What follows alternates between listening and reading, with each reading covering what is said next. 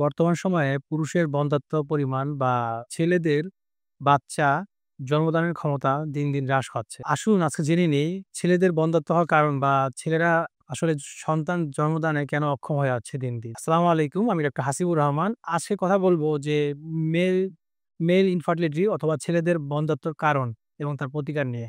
১ম কারণ হচ্ছে যদি তার বীর্যে বা তার শুক্রাণু যদি পরিমাণ যদি কম থাকে বা কোনো সমস্যা থেকে থাকে। প্রথমত তার শুক্রাণু হয়তো কমে যেতে পারে, যাকে আমরা বলে থাকি অলিগোস্পার্মিয়া, অথবা তার বীর্যে কোনো শুক্রাণু নাও থাকতে পারে, যাকে আমরা বলি অ্যাজোস্পার্মিয়া। এছাড়া শুক্রাণুর গঠনগত কোনো সমস্যা থাকতে পারে, এছাড়াও ইনফেকশন দেখা দিতে পারে, যার কারণে বাচ্চা গ্রহণে তার অক্ষমতা দেখা দেয়। ২ নাম্বার কারণ হচ্ছে যদি হরমোন জনিত কোনো সমস্যা থেকে থাকে। হরমোন সমস্যার মধ্যে তার যদি হাইপোথ্যালামাস অথবা পিটুইটারি গ্রন্থিতে কোনো সমস্যা থেকে থাকে, অথবা যার ফলে তার যদি টেস্টোস্টেরন হরমোন প্রোডাকশনে যদি কোনো বাধাগ্রস্ত সৃষ্টি হয়। এখন টেস্টোস্টেরন হরমোন প্রোডাকশন যদি কমে যায়, সেক্ষেত্রে অনেক ক্ষেত্রে দেখা যায় সন্তান জন্মদানের ক্ষেত্রে ছেলেরা অক্ষম হয়ে পড়ে।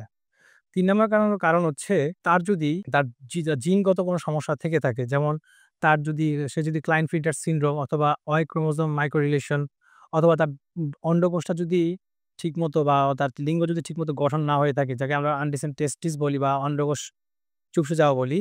যদি এরকম থেকে থাকে ছোটকাল থেকে, তাহলে তার সন্তান জন্মদানে সে অক্ষম হয়ে পড়বে। ৪ নম্বর কারণ হচ্ছে তার যদি আ জীবন বর্তমান যে তার জীবন ধারণের অবস্থা, সেটা যদি হয়ে থাকে অতিরিক্ত মদ্যপান অথবা ধূমপান, অথবা সে যদি অতিরিক্ত মানসিক চাপে থেকে থাকে, সেক্ষেত্রে সে সন্তান জন্মদানে অক্ষম হয়ে যাবে। ৬ নম্বর হচ্ছে সে যদি আ কোনো যদি যৌনবাহিত রোগ বা তার শরীরে যদি যেমন মারাত্মক কোনো ইনফেকশন থেকে থাকে, তাহলে সে সন্তান জন্মদানের সক্ষমতা হারিয়ে ফেলবে। ৭ নাম্বার কারণ হচ্ছে সে যদি তার যদি বাস ডিফারেন্স অথবা যেই নালী দিয়ে আসলে বীর্য আসে, সেই নালীতে যদি ইনফেকশন থেকে থাকে, তাহলে তার নালীতে যে ইনফেকশন হবে, তার জন্য বীর্যের যে গুণগত মান নষ্ট হয়ে যায় এবং এর ফলে সে সন্তান জন্মদানে অক্ষম হয়ে যেতে পারে।